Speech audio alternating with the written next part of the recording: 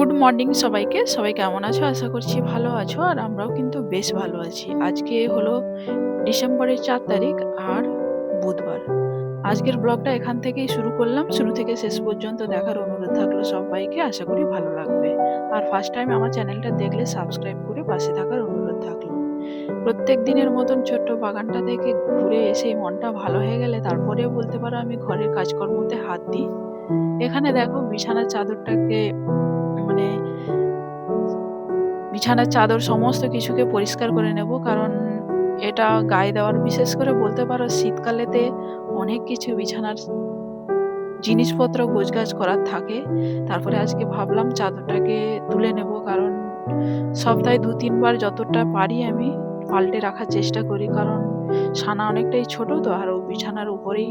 আর ছোট বাচ্চারা তো জানে না, সেই কারণে অনেক নোংরা বেশি হয় বলতে পারো। সেই কারণে আমি পরিষ্কার করে তুলে নিলাম। একটাকে কেচে দেবো, আর একটা কাঁচা ছিল সেটাকে ভালো করে টান টান করে বেঁধে নিলাম। আর ঘরটা যদি এরকম পরিষ্কার থাকে দেখবে পুরো ঘরময় যেন একটু পরিষ্কার লাগে, আর মনটাও বেশ ভালো লাগে। তারপরে বাইরের দিন রোজের মতন বাইরেটাও ঝাঁট দিয়ে নিচ্ছি, কারণ বলেছিলাম প্রত্যেক দিনে আমাকে কিন্তু বাইরেটা দুবার করে ঝাঁট দিতে হয়। সেই কারণে বাইরেটা ঝাঁট দিয়ে তারপরে ঘরটর মুছে নেব। তারপরে সমস্ত কিছু, আর বাকি কাজ তো চলতেই থাকবে এরকম সারাদিনের, কারণ প্রত্যেকটা বাড়ির বউদের ডেলি রুটিন একই রকম হতেই থাকে। আর সেরকম বাইরে কিছু বেরোনো হয় না, সেই কারণে অন্য কিছু ভিডিও আর দিতে পারিনি। রোজের ঘর পরিষ্কার করা, ঝাঁট দেওয়া, রান্না করা, খেতে দেওয়া, নিজে খাওয়া, বাচ্চাকে স্কুলে দিয়ে আসা, পড়তে দিয়ে আসা, এইরকম দিন চলতে থাকে। তাই সেইগুলোই তুলে ধরার চেষ্টা করি। আর ভিডিওগুলো কেমন লাগে অবশ্যই কিন্তু তোমরা কমেন্ট করে জানিও, তাহলে কিন্তু আমারও ভালো লাগবে। তাই ভিডিও বানানোর আরও উৎসাহটা মনের মধ্যে অনেকটাই আসবে। তো যারা ভিডিও দেখো অবশ্যই কিন্তু কমেন্ট করে জানাবে যে এই ধরনের ভিডিও ভালো লাগে না ভিডিও একটু চেঞ্জ করব। তো এখানে দেখো ঝাঁটফাঁট দিয়ে নিয়েছি, তারপরে ঘরটাকেও মুছে নেব। দিয়ে এখন বলতে পারো প্রায় 8:30-9টা বাজতে যায়। মেয়ে কিন্তু পড়ে চলেও এসেছে, ওর জন্য গরম জল করে স্নান করতে ওকে দিয়ে দিয়েছি। ও নিজে নিজে স্নান করে কখনো, না হলে এদিক থেকে ধরে আনবো সেদিকে চলে যায়। তারপরে আমার বলতে পারো আজকে ব্রাশ করতে অনেকখানি দেরি হয়েছিল, কারণ এ কাজ ও কাজ সে কাজ, আর ভিডিও এডিট করা, আপলোড করা, সমস্ত কিছুতে সময় অনেকখানি যায় বলতে পারো। তারপরে এখানে দেখো মেয়েকে স্নান করিয়ে এখানে একদম রেডি করে দিচ্ছি, ও স্কুলে যাবে। তারপরে ওকে খাইয়ে দেবো, খাইয়ে স্কুলে বেরিয়ে গেলে তারপরে রান্না বান্না বা নিজে স্নান করব। আগে স্নান করে ঠাকুরকে পুজো দিয়ে নেব, তারপরে সমস্ত কিছু। তারপরে দেখো ওখানে ড্রেসটাকেও ওকে চেঞ্জ করে পরিয়ে দিলাম। তারপরে ওকে খাইয়ে দেবো, খাইয়ে দিয়ে স্কুলে পাঠিয়ে দেবো। আর শীতকাল তো মুখে অনেকটা ঠোঁট ফেটে যায় বাচ্চাদের, সেই কারণে চুলটা আগে আঁচড়ে নিচ্ছি, তারপর একটু বোরোলিন লাগিয়ে দেবো। কারণ ছোট বাচ্চারা, আমরাও যখন ছোটবেলা ছিলাম না, এই ঠোঁটের মধ্যে জিভ ঘষতাম, সেই কারণে ঠোঁটটা বেশি ফেটে যায়। ওই জন্য ওদেরকে বোরোলিনটা সবসময় দিয়ে রাখার চেষ্টা করি। তারপরে ওকে দেখো খাইয়েও দিয়েছি, ও স্কুলে বেরিয়ে যাচ্ছে। স্কুলে বেরিয়ে চলে গেলে, আর আমাদের এই বাড়ি থেকে জাস্ট 2 মিনিট টাইম লাগে, সেই কারণে ও একাই যাবে। কিন্তু অন্য কিছু ভয় নেই, রাস্তাটা তো একটু বেশি ভয়।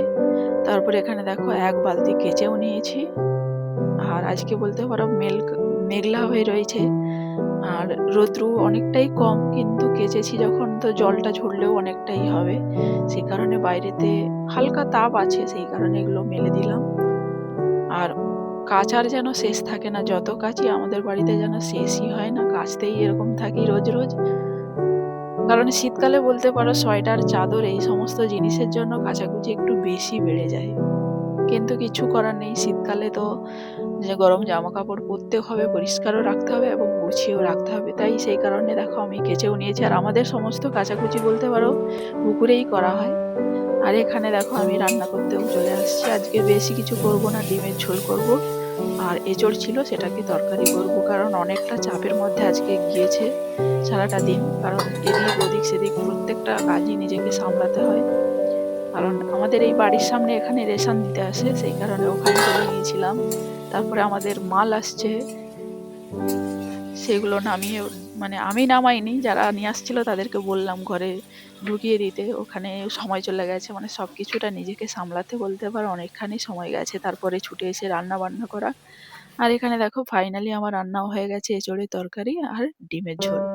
কারণ তাড়াহুড়ো করে না এর বেশি আর কিছু করে উঠতে পারিনি বলতে পারো। যাই হোক আমাদের বাড়িতে কিন্তু অনেক কিছু পছন্দ করে না, সিম্পলভাবেই খাওয়া দাওয়া পছন্দ করে।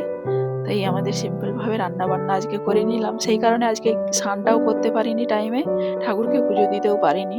আজকে রান্না করে স্নান করে তারপরে ঠাকুরকে পুজো দিলাম। তারপরে কি বলতো, তো সকাল সকাল ঠাকুরকে পুজো দিয়ে নিলে কিন্তু মনটা বেশ ভালো লাগে, কিন্তু আজকে সকালে আর পারলাম না। স্নান করে মানে রান্না করলাম, তারপরে স্নান টান করে ঠাকুরকে পুজো দিলাম। এই হলো আমাদের মা লক্ষ্মী। কারণ মেনলি বৃহস্পতিবারে যে খুব ভালো করে পুজো দেওয়া হয় তা না, আমাদের রোজই ভালো করে পুজো দেওয়া হয়। তারপরে পুজো দেওয়ার পরে আমি এখানে খেতে চলে এসেছি, কারণ ও বাড়িতে মা আমাদের মেজদার দুজনের খাবার নিয়ে চলে গেছে। এবার আমার নিজের খাবারটা আমি বেড়ে দিচ্ছি।